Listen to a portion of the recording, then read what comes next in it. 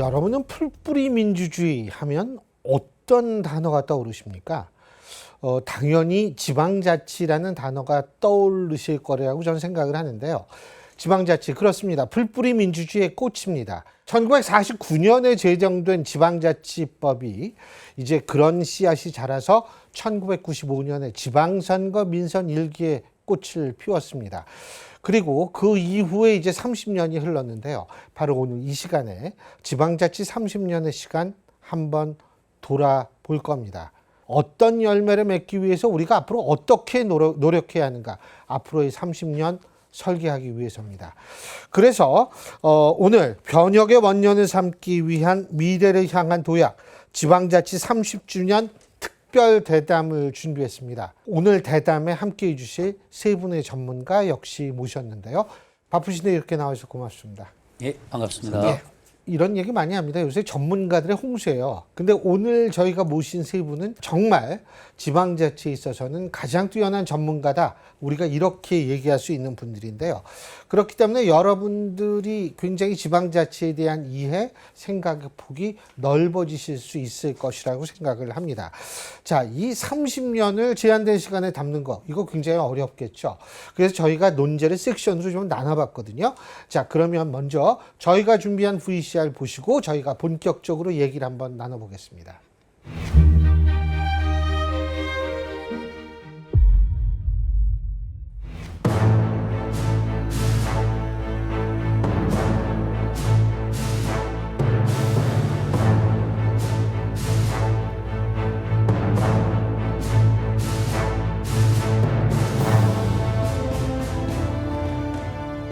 제가 앞서도 말씀을 드렸습니다만 우리나라에서 1949년에 지방자치법이 생겼고요.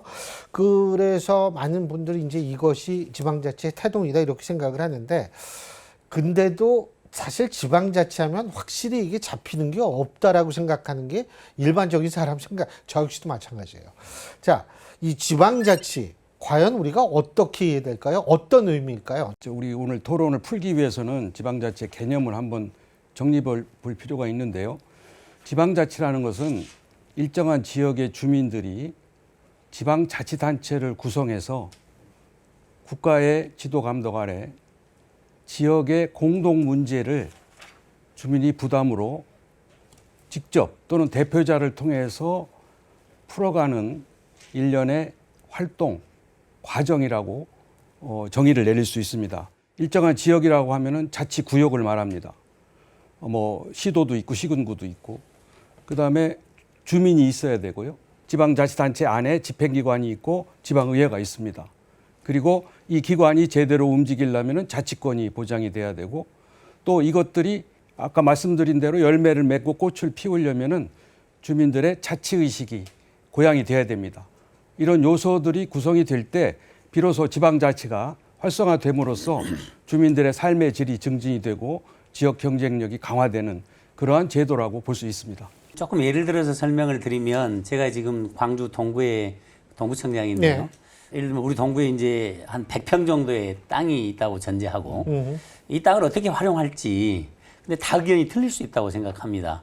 어떤 사람들은 여기에 아이들을 위한 공간을 만들자, 네. 이렇게 이야기하는 사람도 있을 거고, 어떤 사람들은 아니다, 어른들을 위한 복지관을 만들자, 이렇게 말하는 사람도 있을 수 있고. 근데 이제 이런 것들을 결정하는 과정에 주민들이 참여해서 의견을 모으고, 우리 지역에 정말 시급하게 필요한 게 뭐고, 우리 지역에는 뭐가 더 우선적으로 해결할 과제가 뭔가를 가지고 토론하는 과정, 여기 이제 주민들이 참여한다고 생각하고요. 이걸 최종적으로 결정하는 과정에는 이제 예산이, 재정이 배분되어야 하기 때문에 의회가 또 개입을 한다고 생각합니다. 그래서 단체장이 이제 최종 방침을 결정을 해서 하는 과정이 일종의 자치의 과정인데요. 지방자치 이전이라고 한다면 옛날에는 이게 이제 상급 행정기관에서 결정을 했거나, 예. 공무원들이 공무원 탁상에서 결정하는 방식이었다고 한다면, 현실적으로 주민들의 다양한 욕구를 어떻게 반영을 해서 우리 지역 발전에 무엇이 더 먼저 시급하게 필요한가, 이런 것들을 다양하게 논의하는 것, 논의하고 그걸 결정을 주민 스스로가 해가는 게 자치다, 이렇게 생각합니다. 사실 이게 지금에서는 우리가 이런 식으로 얘기할 수 있는데 이 30년 전에는 그러지 못했을 것 같아요. 그죠? 지금하고는 좀 많이 달랐죠, 우리 임 회장님. 그렇습니다. 올해를 이제 민선지방자치 부활 30주년의 해라고 합니다. 사실 우리나라의 지방자치는 1948년 대한민국 재헌헌법에서 지방자치를 이제 명시하고 또 이듬해인 1949년에 이제 최초의 지방자치법이 제정되면서 출발을 했습니다. 그러나 이제 계속되는 어떤 정치적 불안과 또 6.25 동란 등으로 지방선거를 실시하지 못했었는데요. 전쟁 중이던 1952년에 지방선거는 서울과 경기 등을 제외한 선거가 가능한 일부 지역에서만 시행되면서 제1대 지방의회가 구성되고 지방시대가 시작됐습니다. 그런데 1961년 5.16 군사정변이 터지면서 전면적으로 지방자치가 중단되었고 독재정권 하에서 무려 30년간이나 지방자치는 완전 중단 내지는 해체됐습니다. 1987년 6월 민주화항쟁 이후에 헌법이 개정되면서 민주화의 불씨가 다시 붙었고 1988년 4월 지방자치법을 전문 개정함으로써 지방자치의 부활을 이룩하게 되었던 것입니다. 이게 아까 말씀드린 대로 30년 동안 잠자고 있다가 뭐 통일이 될 때까지 뭐 지방 재정이 뭐 확충될 때까지 이런 핑계를 대서 30년 동안에 연기됐다가 91년에 지방의회에 먼저 부활이 됐습니다. 그때는 단체장은 이제 임명제가 됐고요. 그러다가 이제 95년이 돼서야 비로소 우리 단체장도 우리 손으로 뽑고 지방의원도 우리 손으로 뽑아서 명실상부한 지방자치단체가 출범이 돼서 예. 이제 95년을 우리가 민선지방자치의 출범으로 보고 있는 겁니다. 우리나라는 원조가 중요하거든요. 예? 아, 족발도 원조집이 엄청 많아요.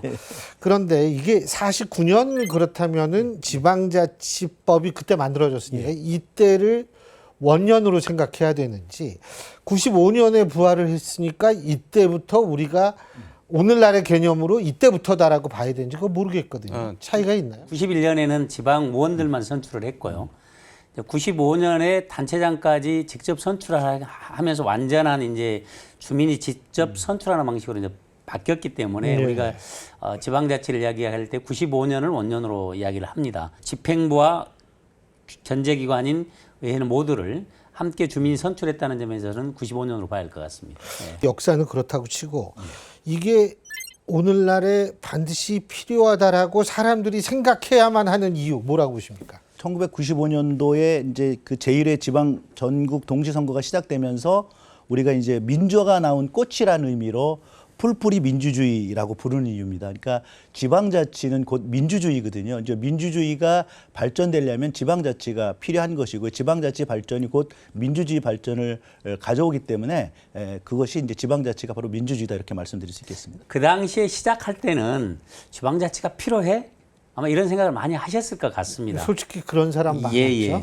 그런데 사실은 30년의 역사가 흐르면서 지방자치가 정말 우리 주민들의 삶의 어떤 질을 높이거나 또 주민들의 행복 지수를 높여가는 데 있어서 자치가 필요하다라고 하는 것은 30년의 역사의 과정이 보여줬다고 생각합니다.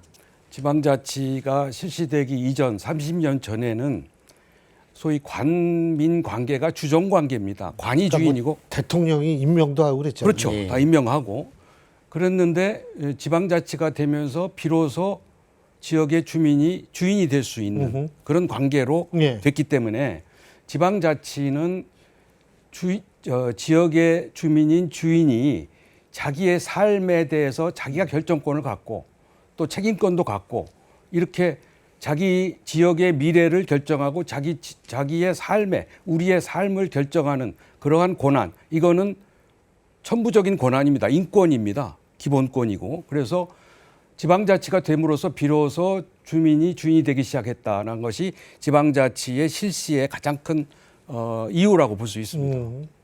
근데 이게 자신의 필요가 충족이 되지 못할 경우에는 지방자치에 대해서 이 보내는 시선이 안 좋을 수도 있거든요. 시선 어떻다고 평가하십니까?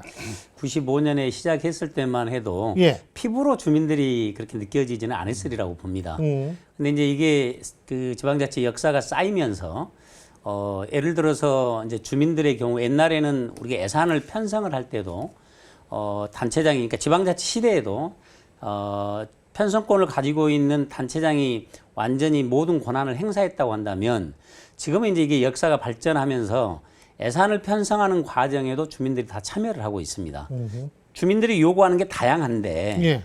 재정은 한정이 돼 있잖아요. 한정 있는 재원을 어떻게 쓸 것인가에 대해서 각자가 참여하면서 서로 조정하고 협의하는 과정에 이제 이 자체 과정에 참여하는 거죠. 그 과정에서 내가 우리 지역의 실질적인 주인이구나 이런 생각을 하게 되는 겁니다. 예를 들어 빈집 문제라든지 빈집 문제 같은 안전과 관련된 문제가 있는데 주민들이 요구했을 때 즉각적으로 대응할 수 있는 것 그게 저는 자치라고 생각합니다. 단체장의 경우에 주민들이 요구하는데 이걸 미루거나 방기하면 다음 선거에 바로 낙선할 가능성이 큽니다. 이해가 확 됩니다. 예. 그렇기 때문에 주민들의 요구에 대해서 바로바로 현장에서 직접적으로 대응을 빨리 하는 것이 자치 효과를 주민들에게 보여줬다고 생각합니다. 지금 우리가 작년 말부터 우리나라가 지금 대통령의 뭐 비상계엄을 선포하고 뭐 탄핵이 되고 굉장히 정치적 혼란과 위기 상황인데 지금 우리가 그나마 지방자치를 했기 때문에 지방 전국이 안정 속에서 우리가 민주주의의 이 위기 혼란을 그나마 잘 극복해 가면서 정치 발전을 이룰 수 있는 겁니다. 지방자치가 없었다고 치면은 예를 들어서 30년 전에는 아까 말씀하신 대로 다 임명을 했잖아요. 그렇죠. 대통령이 탄핵이 되면 임명권자가 탄핵이 되면 임명 받은 사람도 다 탄핵이 되는 겁니다. 그러면 정부가 무정부 상태가 되는 거죠.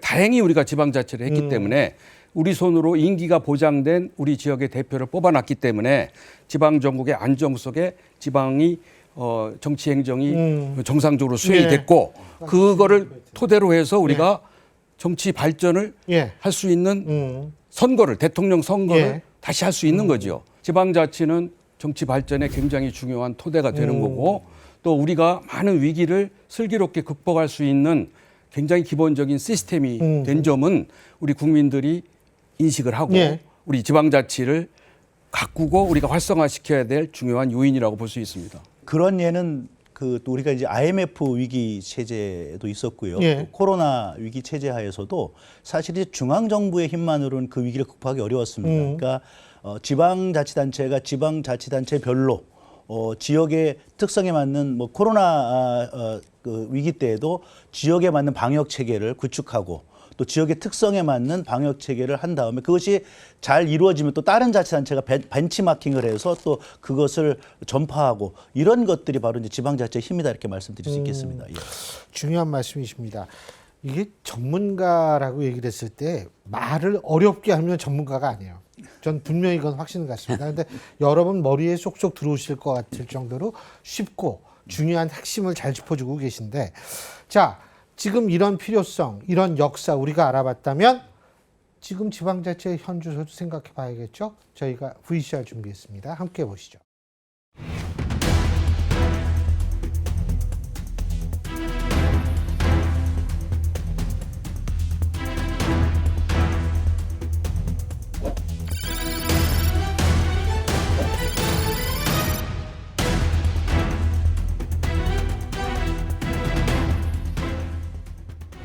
이제 저희가 성과와 과제 이런 걸 좀 생각해 보려고 하는데 성과가 있었으니까 이게 아까 우리 유 원장님께서 말씀하신 대로 막 흔들릴 수 있는 상황인데 그나마 버틸 수 있게 된 힘이 됐다. 그 성과가 나름대로 있는 거 아니겠어요? 그렇죠. 제가 아까 미리 말씀드린 건 두 가지로 지역의 주민이 주인이 되기 시작했다. 그래서 유권자도 됐고 우리가 파트너 관과 민간의 수평적인 파트너도 됐고 또 고객도 됐습니다.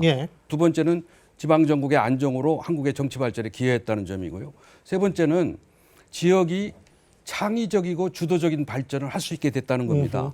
그전에는 중앙정부가 다 계획해서 지방은 그냥 계획된 대로 집행하는 집행기관에 불과했는데 이제는 지역이 아이덴티티를 찾고 지역의 문화를 정립을 하고 거기에 맞는 주민이 필요한 정치와 행정 이런 문제를 할 수 있는 토대가 됐다는 점은 굉장히 중요한 성과로 볼 수 있습니다. 이제 이런 거죠. 우리가 지방자치단체가 이제 주로 지역이 자체적으로 이제 지역 경제 활성화를 위한 전략들을 정책을 수립하고 집행합니다. 그리고 또 지역의 어떤 특성에 맞는 일자리들을 창출을 하죠. 이제 이런 노력들을 통해서 뭔가 지역의 어떤 경제의 기반을 다지고 발전을 도모하는 것입니다. 그러니까 예를 들면 강원도 평창 같은 경우에는 그 겨울 스포츠와 관광 산업을 연계해 가지고 산업을 발전시키고요. 또 농업 기반인 자치단체 같은 경우에는 그 농산물과 관광을 결합해서 또 새로운 어떤 산업을 창출해내고 일자리를 창출해내는 것처럼 그런 많은 역할들을 하고 경제 활성화에 기여한다라는 점도 지방자치 중요한 성과다 이렇게 말씀드릴 수 있겠습니다. 예. 뭐 현장에 계시니까 예. 뭐 잘 아실 거 아니에요. 성과라는 건 사실 느껴지는 거거든요. 이게 머리로 이해하는 게 아니라 어떻게 보십니까? 이 자치의 30년의 역사가 우리나라 민주주의 발전에 큰 저는 토대가 됐다고 생각합니다. 예를 들면 이제 우리 구 같은 경우는 13개의 동이 있습니다. 예. 그러면 13개의 동의 특성이 다 틀립니다. 어떤 동은 아이들이 많이 사는 동이 있고 아이들이요? 예. 젊은 청년들이 많이 사는 예. 동이 있고 어떤 동은 어르신들이 많이 사는 동이 있고 민선 지방자치 초기만 해도 이런 것을 전부 단체장이 중심이 돼서 이 동네는 어떤 일을 해보자. 예를 들면 이 동네에 필요한 것은 어린이 문화관이다. 이 동네에 필요한 것은 경로당을 좀 더 늘려야겠다. 이렇게 이제 생각을 했다고 한다면 지금은 이제 우리 같은 경우에 예를 들면 마을별로 다 총회를 하고 주민들이 우리 마을을 비전을 주민들이 스스로가 만들어 갑니다. 그 지역의 현실을 가장 잘 알 수 있는 사람들은 지역의 주민들인 거죠. 그래서 우리 지역이 갖고 있는 장점이 뭐고 강점이 뭐라는 걸 알기 때문에 그런 변화에 발빠르게 대응하는 힘, 그게 저는 또 자치라고 생각을 합니다. 네. 그 어쨌든 뭐 사례는 전국적으로 많을 거 아니에요, 예. 그죠? 충북에 보면 이제 전국 최초로 시행한 그 일하는 밥퍼라는 사례가 하나 있습니다. 그러니까 이제 그게 뭐냐면 예. 이 취약계층 노인들을 대상으로 해서요. 그 농산물 전철이라든지 또 공산물 조립이라든지 그런 걸 통해서 이제 일을 하게 해드리고 그다음에 이제 온누리 상품권을 그 지급을 해서 노인 복지 문제도 해결하고 그다음에 단순히 그냥 지원만 하는 것이 아니라 일을 하게끔 한 다음에 또 경제적인 어떤 그 대가도 지불하면서 노인 복지 문제와 지역 경제 활성화를 함께 해결하는 뭐 이런 사례도 아주 대표적인 사례라고 예. 말씀드릴 수 있겠습니다. 예. 추가로 예. 조금 더 중요한 사례를 예. 말씀드리면 우리가 지방자치가 부활된 1991년에 청주시가 지방 공개조례를 지방정부 공개조례를 만들었어요. 그래서 요즘에는 우리가 자연스럽게 다 인정을 합니다마는 주민의 알 권리가 보장이 됐고 또 지방행정의 정보나 자료가 공개되는 토대가 됐습니다. 수원시에서 화장실 설치 조례를 만들었어요. 지금 우리 대한민국의 화장실은 세계 최고입니다. 그거는 진짜입니다. 예. 외국에서 찬사를 보내고 이거 있잖아요. 진짜요. 예. 근데 그 효시가 바로 수원시에서 자체적으로 만든 화장실 설치 조례가 근거가 된 겁니다. 그런 점에서 지방자치는 중앙에서 할 수 없는 것을 지방에서 먼저 획기적으로 정책을 개발하는 그러한 중요한 의미가 있고요. 충남의 아산시 같은 경우에는 해유라는 그런 마을 공동체를 만들었습니다. 이 마을이 굉장히 이제 인구가 감소하고 쇠락하는 지역인데 여기에다가 이제 함께 해유, 뭐 행복 해유라는 그래요. 예, 해유라는 공간의 그 프로그램 저 프로그램을 만들어 가지고 그 어린 아이들을 같이 공동으로 교육시킨다든지 노인들을 돌본다든지 또 지역이 공동으로 일할 수 있는 상품을 개발한다든지 지역민들이 모여가지고 함께 풀어가고 또 거기에 아산시가 지원을 하고 그러한 모범적인 사례가 예. 이제 전국적으로 확산이 되면 지방자치와 지역 균형 발전에 굉장한 큰 기여가 있을 것으로 보여집니다. 광주 광역시 동구 얘기 좀 하셔야 되는 거 아니에요? 저 같은 경우 제가 2018년에 지금 재선인데요. 예. 사실은 제가 우리 동구를 인문도시를 표방을 했습니다. 작년 7월 1일 날 예. 인문도시로 선포를 했는데 사실은 인문도시 하면 주민들이 쉽게 이해하기 어렵지만 또 당장 드러나는 성과가 아니기 때문에 선거하는 사람의 입장에서는 그렇게 쉽게 그렇죠. 펼 수 있는 정책은 아닙니다. 눈에 보이지가 눈에 않으니까. 보이진 않죠. 저는 왜 인문도시를 지향을 했냐면 우리 나라가 산업화라든지 경제적으로는 굉장히 발전했지만 또 세계 OECD 국가 중에 자살률이라든지 양극화라든지 맞아요. 그리고 이제 이웃 간에도 이렇게 단절이 되는 이런 공동체에 있어서의 모습, 다시 말해서 물질적으로는 성장을 했지만 정신적으로 풍요로움이 물질적 성장에 맞게끔은 안 돼 있습니다. 제가 생각할 때 시민들의 마음의 행복, 건강의 행복, 삶의 어떤 정신적 풍요로움도 함께 균형을 맞춰가는 도시 행정이 필요하다. 예를 들어서 인문도시의 핵심적인 건 저는 책 읽는 도시라고 생각을 했습니다. 우리 같은 경우는 지금 한 4년째 매년 한 4,000권 정도의 책을 주민들에게 나눠주고 있고요. 관내 초등학교 5학년은 전부 통기타를 칩니다. 그런 걸 통해서 장기적으로 비전을 가져서 우리 동구를 다른 도시하고 차별화된 경쟁력을 만드는 것. 지금은 이제 광주 동구하면 인문도시 동구 이렇게 많이 말씀들 해주고요. 그게 또 시민들로부터 좋은 평가를 받습니다. 지금 말씀하시는 게 굉장히 중요하다고 보는 게 인문학적인 지식을 갖는 것도 물론 중요하지만 더 중요한 거는 요새 그냥 모든 게 짧게거든요. 유튜브 봐도 쇼츠. 예를 들면 이걸 긴 거를 못 참는 시대예요. 근데 이렇게 책을 읽게 하고 이렇게 되면 정말 사고의 깊이뿐만이 아니라 자신의 어떤 이 빠름에 대한 거부를 역시 가질 수가 있을 것 같아요. 그거 참 좋은 방법이네요. 사람마다 격이 있잖아요. 예. 그걸 인격이라고 하잖아요. 예. 지역은 이제 법인격이라고 해서 예. 지역마다 격이 있는데 지역의 격을 가름하는 것은 문화입니다. 지방자치를 통해서 지역의 역사, 아이덴티티를 살리는 문화를 예. 어떻게 정립 또는 재정립하느냐가 예. 그 지역의 브랜드 가치를 올리고 콘텐츠를 만들어서 지역을 세일할 수 있는 좋은 그게 자산이 되는 겁니다. 예. 광주 동구도 지금 그런 노력을 하고 계신 거고 지방자치를 통해서 우리가 뭐 경제가 좋아지고 뭐 이런 것도 있지만은 예. 더 중요한 거는 그동안 우리가 지방자치 하지 않을 때는 소홀히 했던 지역의 문화 또 우리 지역 주민 개개인의 교양 이거를 높일 수 있는 좋은 계기가 된다는 겁니다. 그게 지방자치의 힘이죠. 아주 중요한 말씀이시죠. 예. 주민 개인의 이익을 중심으로 생각을 하고 그렇게 해야 되는 건데 지방자치 이거 지금 현재 문제점도 있을 거 아니에요? 안 그러면 문제점 없으면 우리가 얘기할 필요가 없죠. 예. 예. 그러니까 이제 몇 가지로 말씀드릴 수가 있는데 일단 이제 주민들의 인식과 참여 부족도 사실은 지방자치가 발전하는데 좀 저해 요인인 건 사실입니다. 물론 최근에 이제 그 주민 참여에 대한 제도들은 많이 만들어졌거든요. 네. 뭐 예를 들면 뭐 주민 참여 예선 제도라든지 뭐 주민 발안 제도라든지 많이 만들어졌는데 그런 제도가 만들어져서 불구하고 또 참여 경로가 많이 많아져서 불구하고 실제로 참여하지 않는 겁니다. 그리고 또 지방자치를 뭔가 어떤 중앙정부가 하는, 그러니까 지방자치단체를 중앙정부의 하나의 어떤 하위 행정기관으로 생각하는 경우가 있거든요. 지방자치단체는 중앙정부가 하는 거 그냥 위기의 질서처럼 본다 시키는 이거죠. 것만 따라서 하면 되는 걸로 이렇게 생각하는데 사실 그렇지 않고 지방자치단체장이나 지방의회에 계신 분들이 주민과의 소통도 사실은 부족하다고 생각합니다. 그러니까 제도는 확대됐지만 실제적인 소통은 좀 부족한 것들도 하나의 어떤 그런 지방자치의 어떤 발전의 어떤 저해 요소가 아닌가 이런 생각이 좀 듭니다. 한국의 지금 지방자치 30년 성인이 됐습니다. 그럼에도 불구하고 아직까지도 우리는 똑같은 옷을 입고 지방자치를 합니다. 획일적인 제도라는 거예요. 도시든 농촌이든 규모가 크든 작든 또 광역이든 기초든 똑같은 획일적인 제도로 하기 때문에 우리 청장님 같이 이런 창의적인 아이디어 지원만 있으면 더 발전할 수 있는 것을 살려내지 못한다는 거죠. 지역마다 그 자율성을 줘야 되는데 획일적인 것을 이제는 성인이 됐으니까 다양한 옷을 입히고 다양한 제도를 펼칠 수 있도록 새로운 기회를 마련해야 된다는 거고요.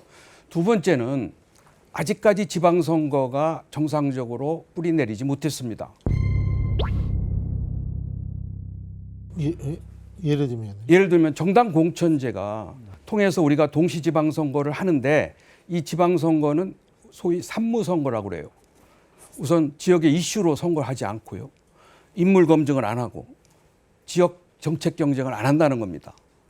지방선거를 오직 중앙선거의 이슈를 가지고 정권 안정론이냐 정권 비판론이냐를 가지고 지방선거를 선택하는 기준으로 삼고 있다는 점에서 지방선거가 상당히 왜곡되고 지방선거가 주민들의 정확한 선택을 받고 있지 못하다는 것이 지금 큰 지방선거의 문제점입니다. 그다음에 한 가지만 더 지적하면 우리의 지방자치의 가장 주민들의 관심을 갖는 부분은 교육, 소방, 치안입니다. 복지 물론 그렇고요. 그런데 우리는 지금 지방자치라는 행정적 틀만 하고 있을 뿐이지 자치경찰 따로, 교육자치 따로, 연계가 안 돼 있습니다. 그러다 보니까 주민들이 무관심한 거예요. 주민들은 지역의 자녀들에 대한 교육, 또 생활 안전, 치안 이것이 굉장히 많은 관심사인데 이게 지방자치 큰 틀 속에서 이게 수행이 안 되고 주민들이 참여와 통제가 안 이루어지기 때문에 지방자치가 한계를 가질 수밖에 없고, 그래서 이런 문제를 개혁적으로 우리가 그냥 지방자치는 여러 번 하기만 하면 저절로 된다, 이러한 인식에서 벗어나서 철저한 개혁, 철저한 성찰과 비판이 네. 필요하다, 이렇게 볼 수 있습니다. 사실은 이게 중앙에서 말로는 뭐라고 하냐면 지역 균형 발전 얘기하거든요. 근데 이게 위계 질서가 있게 형성이 된다면 과연 지역 균형 발전이 될까요? 어떻게 보십니까? 육동일 원장님께서 말씀하신 게 핵심이라고 보는데 핵심은 분권입니다. 예를 들면요. 우리 자치경찰만 해도 사실상 지금 광역 단위의 자치경찰을 하고 있는데 예. 그것도 현실적으로 주민들의 입장에서 전혀 피부로 느끼지 못하고 있습니다. 우리의 지금 자치는 행정 따로 경찰 따로입니다. 그러니까 교육도 마찬가지입니다. 이것도 또 교육자치 따로 이렇게 이루어지다 보니까 주민들이 원하는 것이 지방의회나 지방자치단체장이 다 결정할 수 있는 권한이라는 건 아주 작구나. 그러니까 자꾸 중앙으로 시선이 가는 거죠. 이게 자치적으로 분권화가 된다고 한다면 그건 달라질 거라고 보고요. 그래서 거기에서 핵심은 저는 제가 제기하고 싶은 건 재정분권이라고 생각을 합니다. 지금 아시다시피 국가 전체적인 재정 중에 중앙정부가 쓰는 게 약 7.6 정도 되고요. 지방이 한 2.3에서 4 정도 될 겁니다. 이건 거의 변하지 않고 있습니다. 그러니까 우리가 2할 자체라고 이야기하는 겁니다. 재정적인 힘이 크지 않기 때문에 하고 싶은 일이 있다 하더라도 다 막힙니다. 그래서 분권의 가장 기본은 재정 분권이 시작돼야 한다. 그래서 국가 재정 전체를 운영하는 데 있어서 지역에서 그 재정을 충분히 더 쓸 수 있도록 그 재정의 어떤 제도, 세제라든지 이런 것들이 개편돼야 되고요. 또 사실은 입법권만 해도요. 지금 그 제도에는 조례를 만들 때 법령의 범위 안 이렇게 돼 있습니다. 그래서 좋은 조례를 만들더라도 법령에서 범위 안이 아니면 예를 들어서 소송을 통해서 대법원에서 패소 판결을 받거나 그렇기 때문에 입법권이 권한이 제한돼 있습니다. 그래서 법령을 위반하지 않는다고 한다면 충분히 조례재정권이나 이런 것들을 확대하는 그런 것들을 통해서 권한을 넓혀가야 된다, 이렇게 생각을 합니다. 결국은 지방 분권이 안 되는 게 돈 문제다. 재정 분권. 동의하시죠? 우리. 예. 그런데 이제 사실은 유럽의 스위스나 이제 지방자치가 발전한 국가들은 그런 식이거든요. 그러니까 기초가 가장 사무가 많고 재정이 제일 비중이 높고, 그 다음에 광역이고, 그 다음에 중앙정부인데 우린 반대가 돼 있기 때문에 권한과 재정을 다 중앙정부가 갖고 있기 때문에 지방자치단체의 어떠한 권한이 없고 할 수 있는 게 별로 많지 않은 겁니다. 스위스 같은 경우는 예. 이제 우리가 잘 아시지만 기본적으로 이제 꼬뮌이 있고 캔톤이 있고 또 이제 연방 정부가 있지 않습니까? 그러면 꼬뮌의 그 권한이 제일 많고 그다음이 캔톤이고 그다음에 이제 연방 정부의 권한이 많거든요. 주로 꼬뮌이 모든 지방의 모든 행정 서비스를 다 독점적인 어떠한 지위를 행사합니다. 그래서 위에 캔톤이나 연방 정부가 어떻게 개입할 수가 없습니다. 그리고 꼬뮌이 자체적으로 하면서 또 자기 꼬뮌 자체로 할 수 없는 것들은 그 주변에 있는 옆에 있는 꼬뮌들과 협력을 통해서 함께 일을 하면서 지방자치를 발전시키고 또 지역 주민의 삶의 질을 높여주는 거거든요. 그래서 그런 어떤 사례들을 통해서 우리가 또 좀 그런 부분들은 좀 우리가 좀 많이 좀 배워서 그렇게 활용해야 되지 않겠나라는 생각을 합니다. 예. 영국은 중앙정부에서 지방정부로 꾸준히 결정권 분권을 했습니다만 거기에 그치지 않고 중앙정부에서 지역사회, 커뮤니티로 이 권한을 이양하는 것이 많아지고 있어요. 그래서 그걸 지방주권법이라고 하는 건데요. 그러니까 우리는 지금 분권에 대한 이러한 것을 더 확대해야 된다는 취지의 말씀이시고, 두 번째는 그 지금 자치재정권이 핵심이라는 말씀을 하셨는데요. 지금 우리는 제도만 갖췄을 뿐입니다. 지방자치에. 그 제도도 획일적으로. 제도가 정상적으로 운영되려면 그 제도를 운영할 수 있는 권한이 보장이 돼야 되거든요. 거기엔 대표적으로 4가지 권한이 있어요. 스스로 법을 만들 수 있는 자치 입법권, 스스로 사무를 처리할 수 있는 자치 행정권, 스스로 조직을 운영하는 자치 조직권, 그리고 자치 재정권. 이 4가지가 최소한 확보돼야 지방자치가 제대로 굴러갈 수가 있는데 우리는 이 제도가 보장이 안 돼 있습니다. 그래서 우리가 헌법 개정을 통해서 이 권한을 헌법으로 보장해달라. 이거 외국에서 다 되고 있는 거거든요. 그래서 그거를 주장하는 거고요. 그러한 지방자치가 되려면 자치의식으로 주민들이 깨어나야 되고 주민들의 이러한 자치 역량이 키워져야 되고 그리고 법과 제도, 특히 헌법 개정을 통해서 자치권을 보장해 줘야 되는 여러 노력이 동시에 일어나야지 하나만 돼가지고는 네. 지방자치가 안 된다는 말씀. 우리 임구 청장님도 외국 뭐 나가 보시고 비교도 많이 해보실 기회가 있었을 거 아닙니까? 예, 저는 이제 아까 이제 사례들을 많이 설명을 해주셨는데요. 이제 현장에서 느낄 때 국가 운영에 있어서의 결정적으로 이제 지방 분권이 되지 않는다고 한다면 대한민국이 다른 나라와 경쟁하는 데 있어서 저는 처질 거라고 봅니다.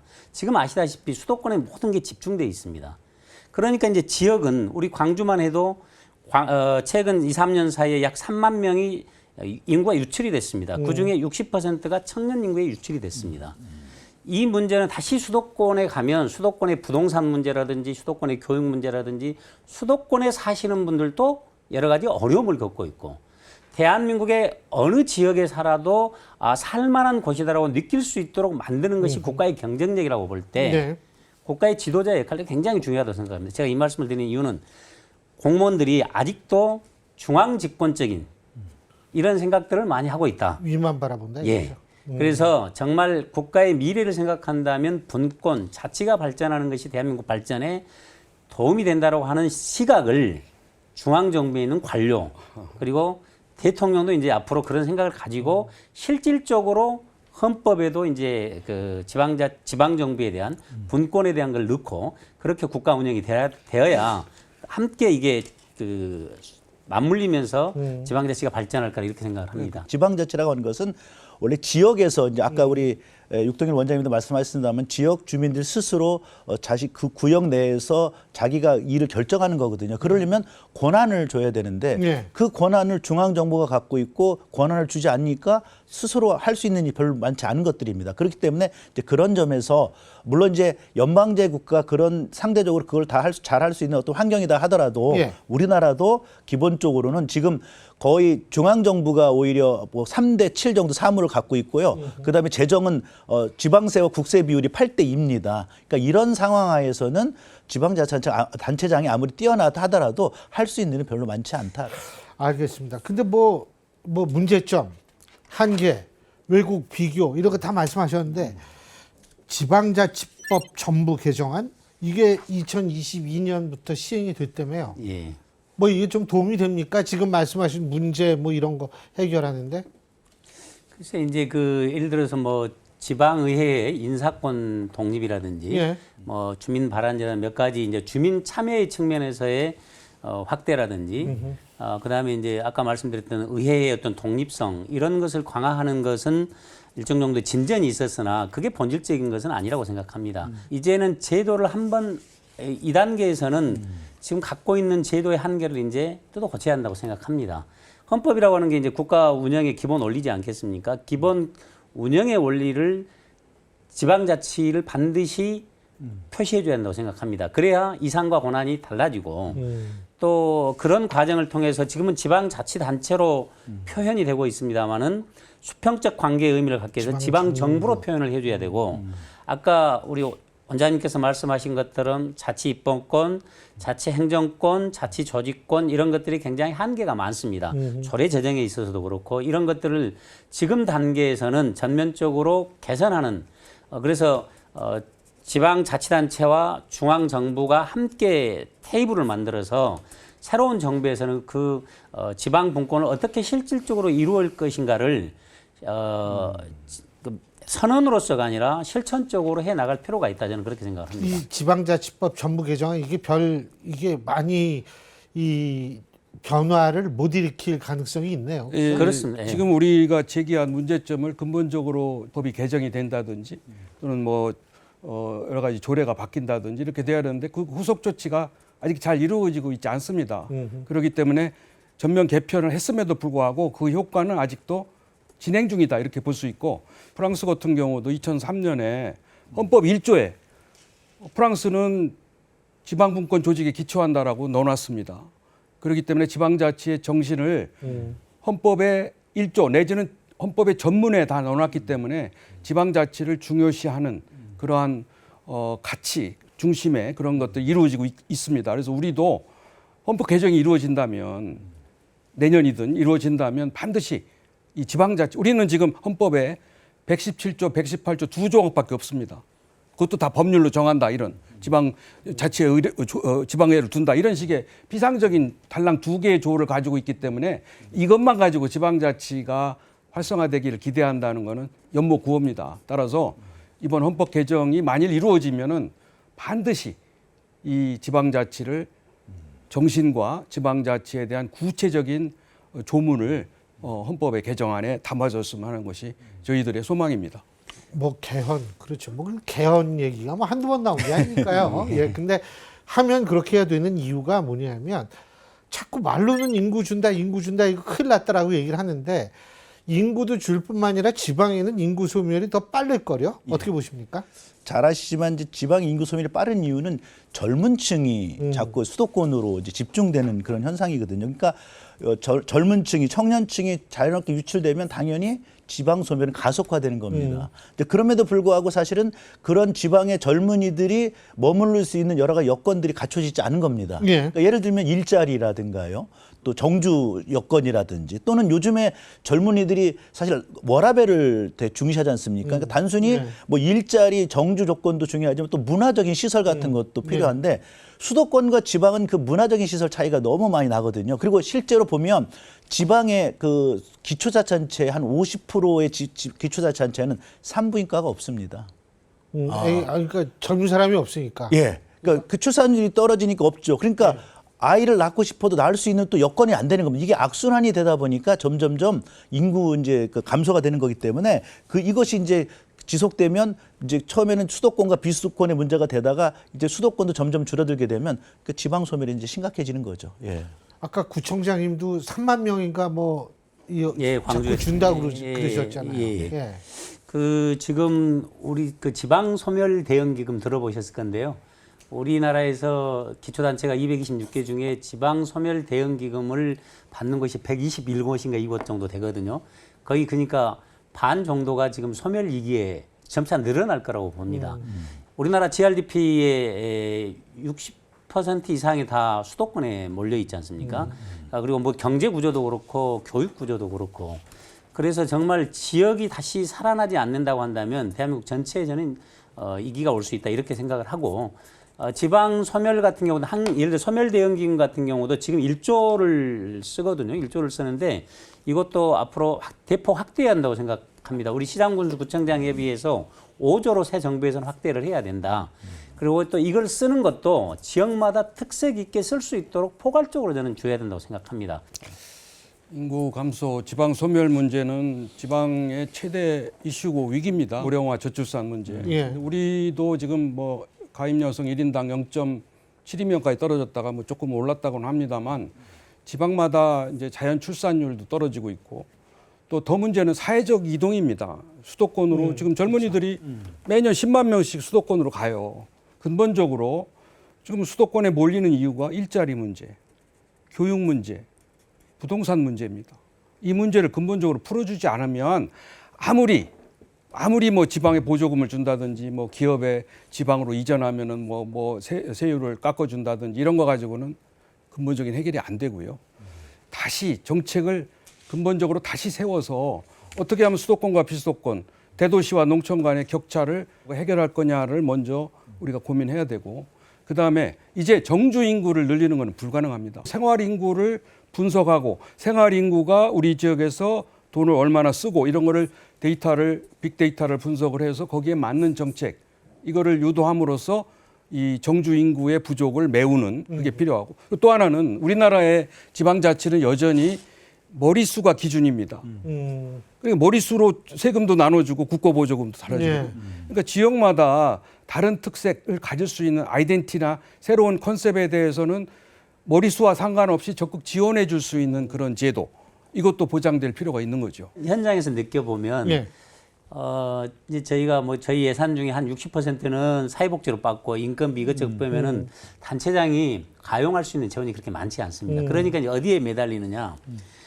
정부에서 하는 이제 공모 사업 같은 데 매달립니다. 예를 들면 뭐 국토부의 도시재생 사업이라든지 예. 문화부의 뭐 문화와 관련된 공모 사업을 하면 틀을 정해줍니다. 그러니까 그 지역의 특색에 맞는 정체성을 살릴 수 있는 사업을 통해서 지역의 경쟁력을 키워야 되는데 그러지를 못하고 있어요. 그러니까 이제 어떤 재원을 보조하고 지원하는 방식도 바뀌어야 된다는 거죠. 그러니까 이런 틀이 바뀌지 않으면 어렵다고 보고요. 아까 이제 머릿수 우리가 이야기했는데 우리가 지금 인구가 10만 5천입니다. 원도심이거든요, 광주에.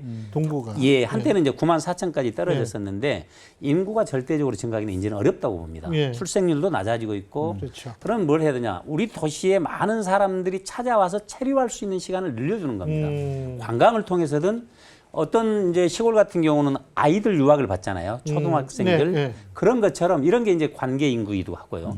그래서 그런 것들을 정부가 지원할 수 있는 새로운 어떤 제도에 대한 지원 이런 것들이 이제 변화해야 된다는 거죠. 뭐 얘기하다 보니까 좀 답답해지는데 하지만 중요한 건 답답함 없이 우리가 앞으로 나아갈 수 없다는 거죠. 그래야지 문제도 알 수 있으니까요. 자, 이제 시간이 됐습니다. 앞으로의 30년은 그럼 어떻게 할지, 우리가 어디로 향해야 될지 VCR 함께 보시죠.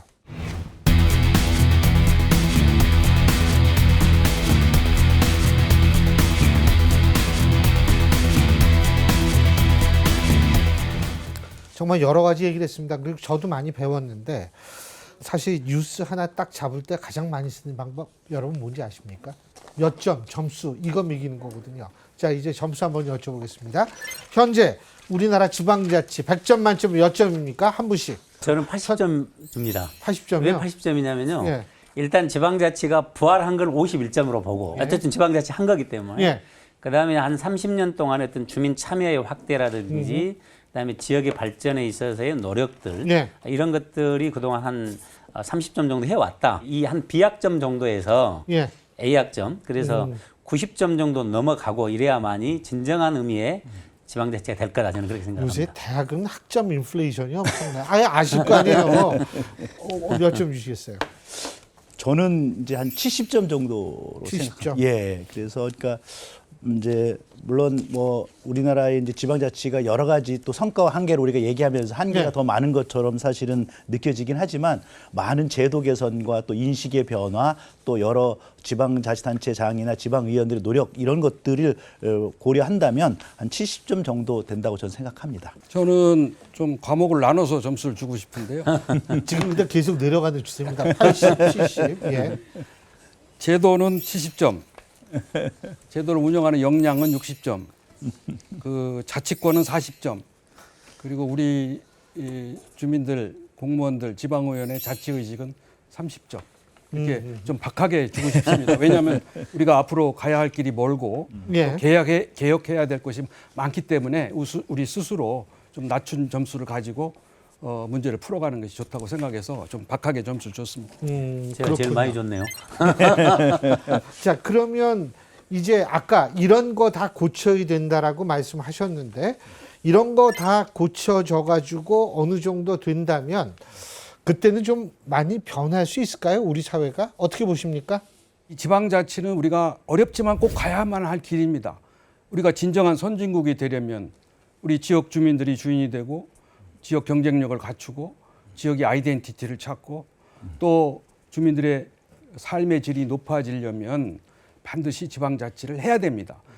30주년을 맞는 이 시점에서 지방자치의 중요성과 필요성을 다시 한번 우리가 인식을 하고 다만 그런 것이 더 앞으로 우리 사회를 좋은 방향으로 끌어가기 위해서는 많은 개혁이 필요하다.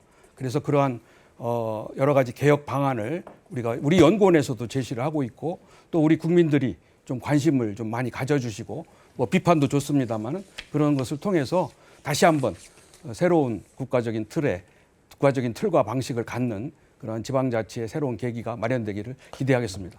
우리가 지방자치가 발전하려면 이제 사실 제도 개선도 많이 중요하지만 사실 이제 그 지방자치 또는 지방분권에 대한 인식의 변화가 상당히 중요하다고 생각을 합니다. 주민들의 어떤 지방자치에 대한 관심도 좀 많아져야 되는데 그게 이제 스스로 되지 않기 때문에 그 지방자치, 주민자치 교육도 상당히 좀 중요하다 이렇게 말씀드리겠습니다. 그 초중고등학교에서 어떤 지방자치 교육 같은 것도 상당히 지방자치 발전에 중요한 하나의 이제 그 밑거름이 아닌가 이렇게 생각을 하게 되고요. 지방자치는 체감도 부족은 참여하고 인식하고 느끼고 그다음에 뭐랄까 그것을 이제 교육을 통해서 깨닫는 것이 되게 중요하기 때문에 그런 점에서 주민 참여 교육, 주민 교육에 가는 것도 좀 중요하다. 저 이렇게 생각하고 있습니다. 이 지방 분권을 통해서 대한민국 어디에 살아도 차별받지 않고 살 수 있는 그런 대한민국을 만들려고 한다면 새로운 정부가 들어서서 대한민국의 어떤 대전환이라고 하는 측면에서